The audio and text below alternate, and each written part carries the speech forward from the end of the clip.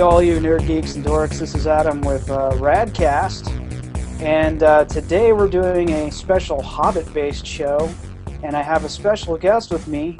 I have Amber from CosPod. Hi guys! Thank you for having me. So this is a Hobbit-specific show, so if you're not into The Hobbit or Lord of the Rings or Tolkien or any of that, then turn it off.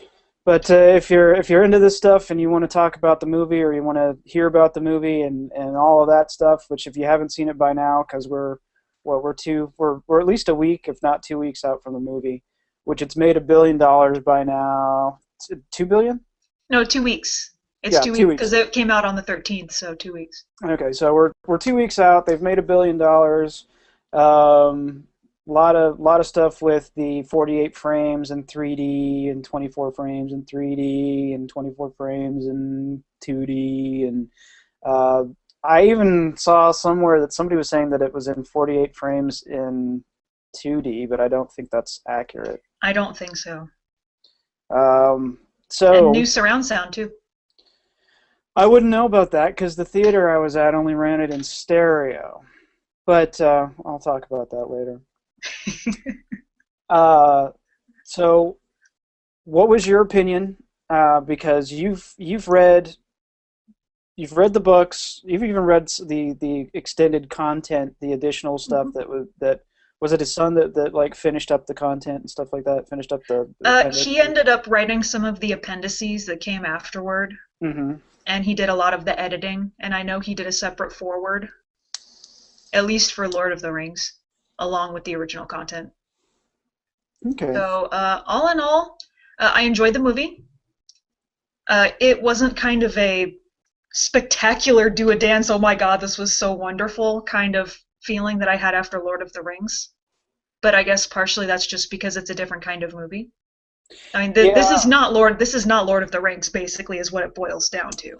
Yeah, and that's the thing that I've seen a lot of people kind of criticize. They're like, well, the cinematography is different and all of this stuff. And my thing is, there's a couple of points that because I've been following this for a long time. I've followed all of the YouTube clips that Peter Jackson's been doing. And I was following the news stories that, they were having so much trouble getting all the rights and what belongs to who and who's getting paid for what and all of this other stuff that it was just sort of like, okay, well, yeah, with as much trouble as they've had getting the movie out just on the financial end, it was sort of amazing that it got made in the first place. But I think so there's that aspect of it that, the end product people aren't going to care about, but my biggest thing for everybody to understand is that we're looking at a story, or we're watching a story being told by Bilbo Baggins. This isn't Lord of the Rings where it's a whole separate there's nobody there to really narrate. We have sort of an invisible narrator through the eyes of Bilbo Baggins, and so the characters, I think, are going to be a bit more exaggerated than what they were in Lord of the Rings. The lead-in was awesome. Yes, I like where they had Frodo come in. Of course, spoilers. They had Frodo come in and talk to Bilbo, and then they did an extended conversation, and then Frodo leaves to go surprise Gandalf, which is where Lord of the Rings Fellowship starts.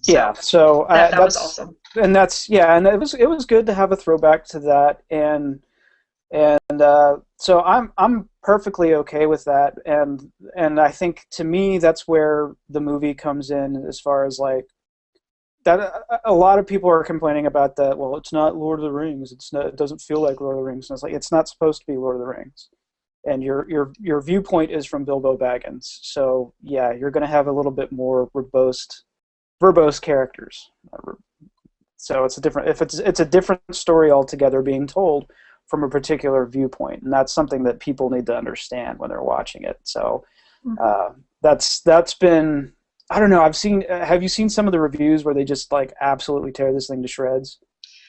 I have, and in a way, I disagree with their premise, because a lot of them are tearing it apart for not being the same dark kind of story that Lord of the Rings was. It doesn't have the same heft, but they're like, oh, well, it's a children's story, so, they're kind of blowing it off. The thing about the way Tolkien wrote The Hobbit, though, is that, yeah, it started as a children's story, but he actually kept rewriting portions of it later in life. So it's meant to have kind of some of the same heft, but story wise, you know, Sauron hasn't come to take over Middle Earth yet.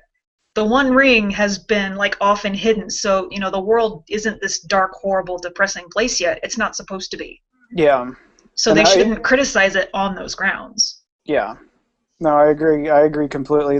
I've seen some stuff where people just basically rip him a new asshole, rip Peter Jackson a new asshole for the movies, and it's like, well, they're not really supposed to have the same tone Right. as the Lord of the Rings. The Lord of the Rings was a more serious kind of thing, and this is more or less an adventure story, and so I just find it weird that people have given him such criticism. Now, when you saw the movie, did you see it in 3D, and did you see it at the 48 frames or any of that? No, since I went with my family, it would have cost an arm and a leg to go see it in 3D. Hmm. So did you watch the 2D version of it, or? I did watch the 2D version, and it was supposed to have the new Dolby sound because I saw it at one of the tinsel towns that had the capability. Okay, yeah, I've seen the new Dolby sound. I haven't heard it though. What did you think of the sound? I really enjoyed it. It's, I mean, I can't really speak to the technicality between the new sound and what we had in Lord of the Rings since it's been 10 years since Return of the King, since it came out in theaters, unless, of course, you went to see the marathon the weekend before. But it's a very immersive kind of sound, and it doesn't overwhelm you, which is a good thing. Well, the theater I saw it at was Movie Tavern, and I love Movie Tavern because I like to eat when I watch my movies. But their sound was awful. It's a good movie Um, to eat in, considering the dwarves buffet yeah, scene.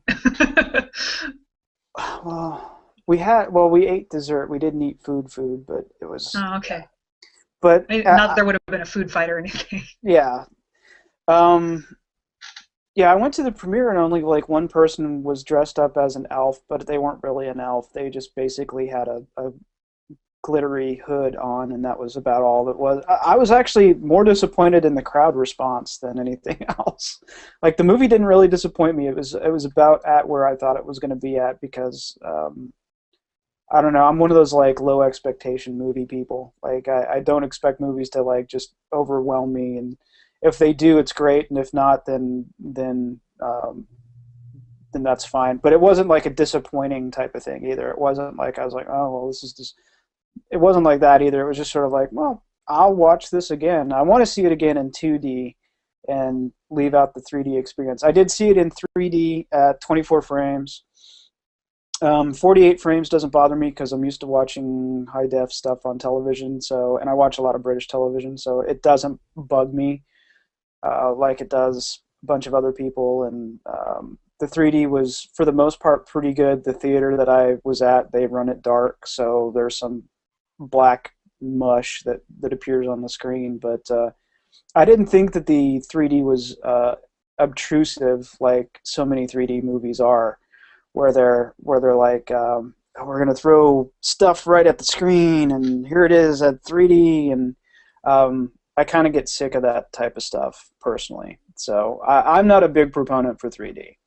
I haven't seen the 48 frames in 3D. I really was going to try to see it that way, but I don't think I'm going to do that now. After seeing it once in 3D at 24 frames, I just want to go back to 2D. I'm kind of curious to see it in the 48 frames because they said it was so very crystal clear. But a lot of the critics I've noticed have said that it's so clear that, for example, you can see Ian McKellen's contacts to where it actually kind of takes the moviness, the fantasy out of the movie. It looks like they're on a set, and I'm kind of curious to see that. Yeah, I mean, it would be interesting to see that. At 24 frames, you can't tell. Exactly. Though, I mean, some places like Rivendell it was really cool to see in 3D. There's a little in the scene where they're having the meeting. Hmm. There's a river that runs in the foreground, and it looks just amazing in 3D. It's just It's really like I fun to want to retire watch. in a place like that. Oh yeah, yeah. If you could just live in the mountaintops and hang out with elves. Yeah, speaking of the meeting, there were characters there who weren't originally there in the books. And I know that a lot of the criticism for the movie comes from added content that wasn't originally there and subtracted content that didn't appear in the movie. Did you notice or have any feelings on any of that? Um, well, here's my statement on the book and all of that stuff. It's been probably 20 plus years since I've read The Hobbit, and tried to read it again before the movie came out. And here's my statement, and this is probably gonna offend a lot of people, but I don't care. The Hobbit in general, though it's the genre book that pretty much started anything fantasy, and everything that we know from Dungeons and Dragons to all the fantasy books that have been written, it is an extremely boring book. It is a fantastically boring book. Um, Certainly not and enough to fill 3 movies nah, well, by itself. By itself. by itself, no, I don't think that it could fill 3 movies by itself.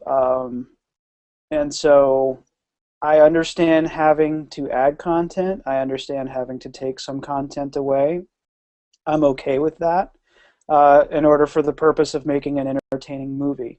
And that's another thing that I saw people criticize. They're like, "Man, it's just not as interesting as Lord of the Rings. It's kind of boring." I'm like, "Well, the book. Have you read the book?" No, I haven't read the book. Okay, well, the book is actually pretty boring. So that's my stance on it. What did you think? I think it was hit and miss because actually I did go back and read The Hobbit before the movie, and at the moment I'm actually rereading The Silmarillion, which is another kind of backstory thing. And some of the content that they added, like for example Frodo in the beginning, he doesn't appear in the book, but in the Yeah. movie it helps drive the movie along. I think in a productive sort of way. Yeah, I mean that was definitely like it was grounds to lay down the narrative. Yeah. So something like that I would support. And I know that they extended the scene with Radagast. Yes. A lot of that did not appear in the I think book. I think Radagast. I'm not even sure if he was mentioned by name in The Hobbit. I don't remember. I believe he Uh, was mentioned. I don't know that he actually made any more than a very brief appearance, if at all, because I yeah, don't actually remember reading about the sort of scene that they had in the movie. yeah. Um, so let's get to the Radagast part because I don't I'm all excited to see Sylvester McCoy at Alcon.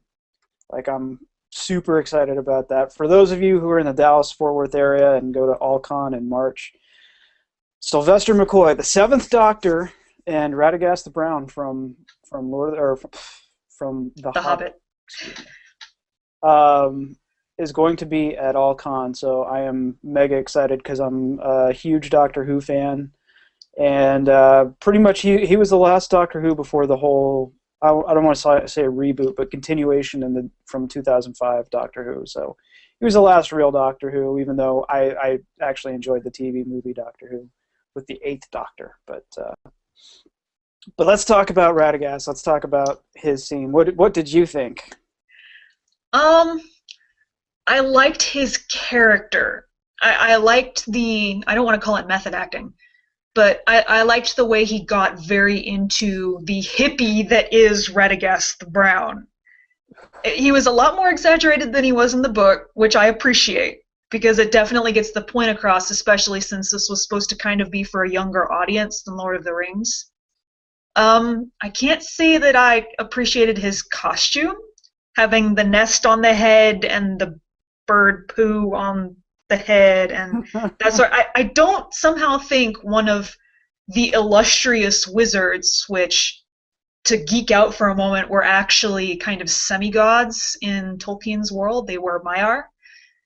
I can't see him being that way. Gandalf would never do that, so I can't see him doing that either. So costume aside, he was a hoot. Um, And I love the sled. yeah, Drawn by those rabbits. a rabbit drawn sled. Yes. I enjoyed when he had contact with other people. I just had a hard time with the sort of the establish. We're going to establish Radagast. It felt very much like a DVD extra that could have been cut out from the movie. It And was very thrown in. yeah, I kind of agree with that, yeah. um, But it was good that they had him go up into the Dark Fortress because that's pivotal to the story. now that's in some of the extra content in the books because it's not Yeah. really like we said it's not really It's not in The mentioned. Hobbit. Yeah, it's not in Um, The Hobbit. so how is that in relation to the book? How is that? Um, it's more addressed in the Silmarillion that there is a necromancer there in the tower, and Gandalf actually ended up dealing with him later. And the elves also helped with that. But I don't know that Radagast was really the person who kind of told them this. I think this just happened to tie the story together, And which and no complaints. It and yeah, works. this is one of those things where in order to connect The Hobbit to The Lord of the Rings, this is going to be that connecting line that has to be They have to, established. I think in a movie thought process because they don't really have any way to truly tie in stuff aside from uh, Bilbo and Smeagol. So well, they've also got additional elves too. Speaking of, plus they have two more movies that they've got to tie things into. But Legolas and Galadriel did not actually appear in The Hobbit mhm. anywhere. So they're kind of extras in the movie too. And I think that's somewhat a fan service, and I'm okay with that again because it's you've built a huge fan base on the movies alone. So Legolas is definitely fan service. yeah, yeah. But, I can't, I mean, it is feasible story wise that they would be alive and they would be there. They probably wouldn't necessarily look the same as they do, given the time period, but okay, I'll run with it. Um, so let's talk about some of the downsides a little bit for people who are. I don't know why you're still debating whether you want to see it or not. If you've wanted to see it, you've probably seen it by now. But if you're one of those people who's like, I don't know, maybe I'll go see it, maybe I won't. Um, Man, the only thing I was really disappointed in was the fact that I didn't get to see Mirkwood Forest in this movie. Not in this one. I think it's coming in either the end of 2 or beginning of 3. That was like the thing that I wanted to see so bad because again, in the Peter Jackson uh, vlogs that he was doing, um, shots were in Mirkwood Forest, and that's what I really, really wanted to see. I think they're waiting because Legolas is a Markwood elf. Yeah, So to kind of introduce him into the story, I think that's where they're going to wait. damn it. That was the only thing I was really, really disappointed with. Like there was some changes, like the albino troll orc The guy orc, thing. Yeah. Azog, yeah. um, who was replaced pretty much kind of a replacement for, if I remember correctly, like basically talking wolves kind of thing. Hmm. Because there was like, we got enough talking creatures in this one. Do we really need to add more? Which, which again was like, it was one of those things. It's like it's a movie choice. I'm okay with it. Um, and for me, and I think for a lot of people who are fans of at least the movies, it's nice to be able to go back to the Shire. It's nice to be able to go back to Rivendell. It's nice to be able to go and visit these locations again because we've been away for 10 years. And it's so you're either going to go because you really want to see these things, or you're just, if you are really curious about the story, then great. But it's more or less to kind of get to see Middle Earth again. At least that's what it was for me. It was like kind of taking a trip back to your hometown or something like that. Hmm. I think there were two things that really disappointed me, like as in like real solid negatives. The first was that, you know, Galadriel was thrown in there. She didn't really serve any purpose other than to stalk around the council and make pithy little remarks. There was no reason for that, and they shouldn't have bothered. And I really like her as a character too, so it kind of hurts me to say that. But I think of all the characters that were out of story that were thrown in, I think her role was completely unnecessary. And it was like, why did you do that? You just kind of made the council a little less grand, I guess. It just seemed very political. And The Hobbit is not that much of a political novel. No, no, it's not. And the other thing is that if you've read The Hobbit, at any point you know it's a chapter book. It's written chapter, chapter, chapter, chapter, chapter, because it was for little kids to read, to have read to them before bed. The movie proceeds just like that. It's very scene, rush to the next scene, rush to the next scene. It's not a very smooth transition between chapters. I mean, you can tell scene, scene, scene, scene, scene where they filmed it. Yeah, and And that's it's kind of it's kind of a jerky ride it through the whole is. movie. Yeah, and that was another thing was to me was like it was very yeah, it was constructed just how you were saying, and so it is sort of very much a jolt from one scene to the next. Um, I being as I don't have that kind of brain that thinks like, well, how would I write this out and do this in a different way? I don't have really a an alternate way that I would do the story to make it work. But The only it, way would be to write filler. To be it honest, he'd have to write filler. yeah, and these movies don't really need filler. they they No, they've they've got plenty of filler they've, to begin with. they've got plenty of content there. Did you feel at any point in time that the movie just dragged ass? Actually, for the first maybe third of the movie, that it took them to get out of the Shire. I mean, yes, they need to introduce the dwarves, which I liked the way they introduced the dwarves, and they did their history too, which was, additional content. But I felt like it took them forever to, as Monty Python would say, get on with it. Yeah. So that, all of the action at the end seemed very rushed.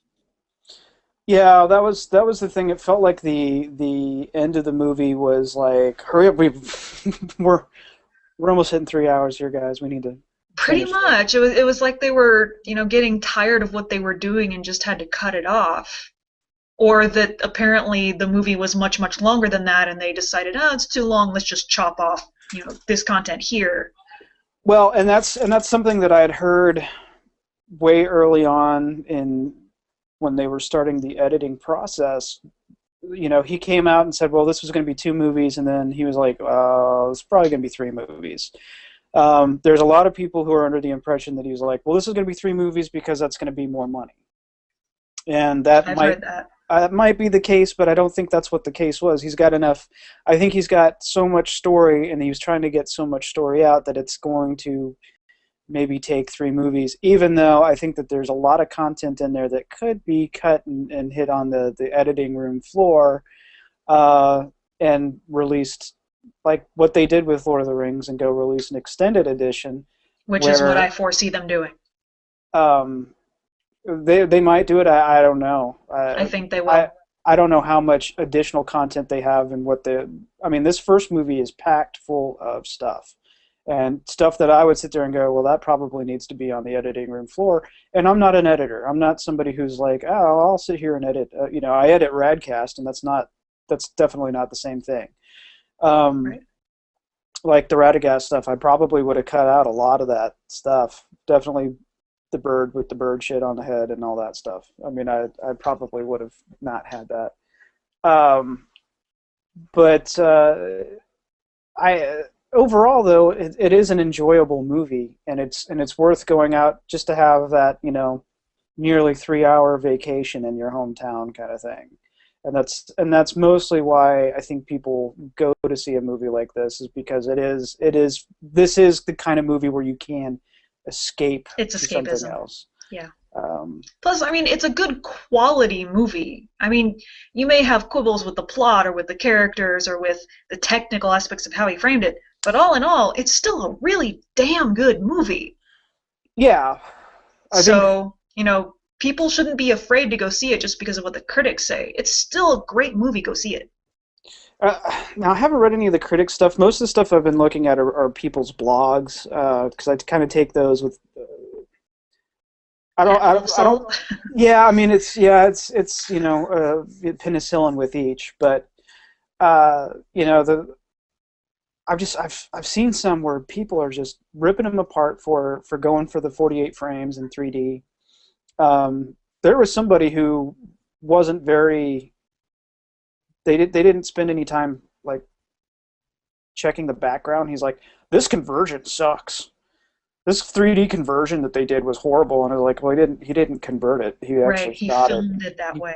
filmed it in 3D. He had special rigs made and special, like first run red cameras that got made specifically for this, and in a whole like mirror rig setup so he could actually get your eyes lined up with the 3D. And like I said, for a 24 frame 3D movie, if you're at a theater that does 3D correctly, which I wasn't, if they've got the screen bright enough, which they don't do, most of them don't do because you're going to burn your bulbs quicker running it brighter.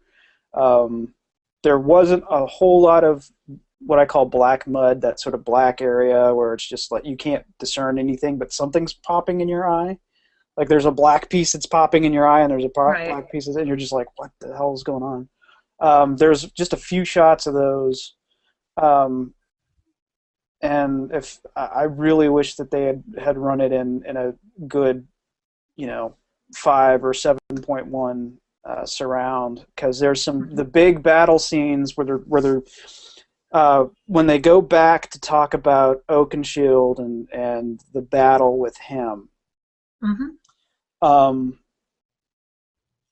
in my head, and I could be wrong because of the way the theater played it, but I imagine that to be very much like the beginning of Fellowship, where they've got the big battle with Sauron, Between the armies. Yeah.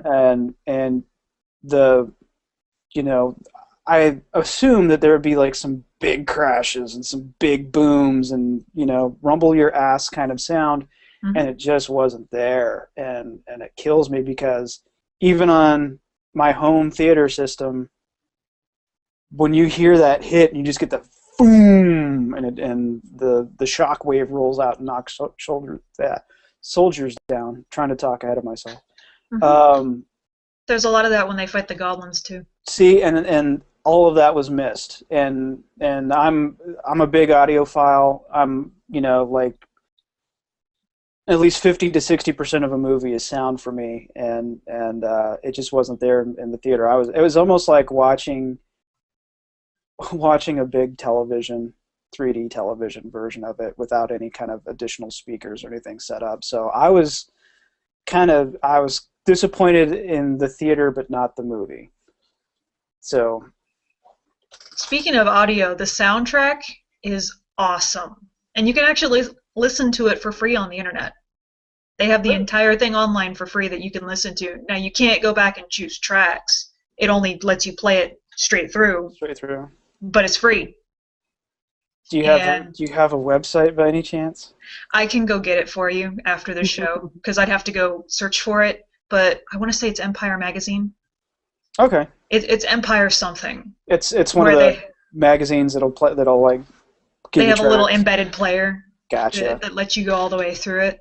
And same guy composed it, Howard Shore, as did Lord of the Rings, and he uses a lot of the same themes, like for the elves, for the ring, for the hobbits. So it kind of has a whole tying together sort of motif to it, which I thought was really cool.